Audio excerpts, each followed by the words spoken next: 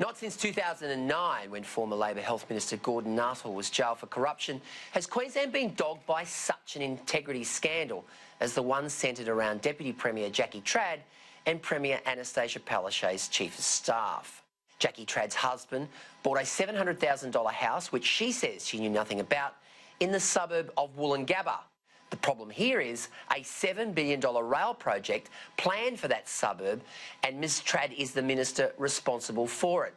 That means Ms Trad is privy to information and decisions that ordinary Australians are not, particularly around sites for schools and railway stations.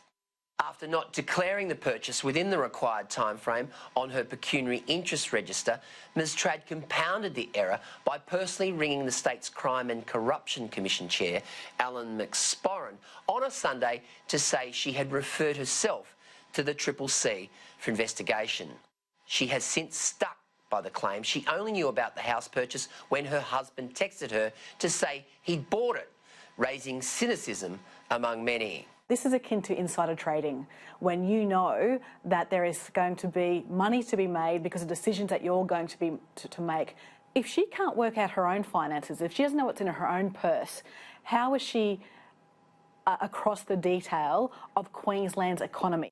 Adding to the state Labor government's integrity crisis, the Premier's top aide, David Barbagallo's family company, secured a $280,000 grant from the Advanced Queensland Fund to develop an app that helps people share memories of their cruises. The government has refused to release his pecuniary interest register, so we still don't know all the details about what David Barbagallo has and has not received. Both Ms Trad and Mr Barbagallo maintain they've done nothing illegal, and that may prove to be the case. But the optics here are terrible, and the stories have dominated headlines in Queensland for the past month. Last week, Ms Palaszczuk's approval rating dropped a stunning 13 points in a Courier Mail Galaxy poll, the biggest drop in polling history. The two-party preferred is now 51-49 to the LNP, a stark contrast to the election result last time, which sat at 52-48 in Labor's favour. It's not just one reason why a government loses office. I mean, and if you look at that poll, they are on track. I think it's a number of things. One, Anastasia is really a ceremonial premier. She only gets wheeled out when there's a hunk in town for some, cutting of Hollywood, red tape. This government has not done anything of substance.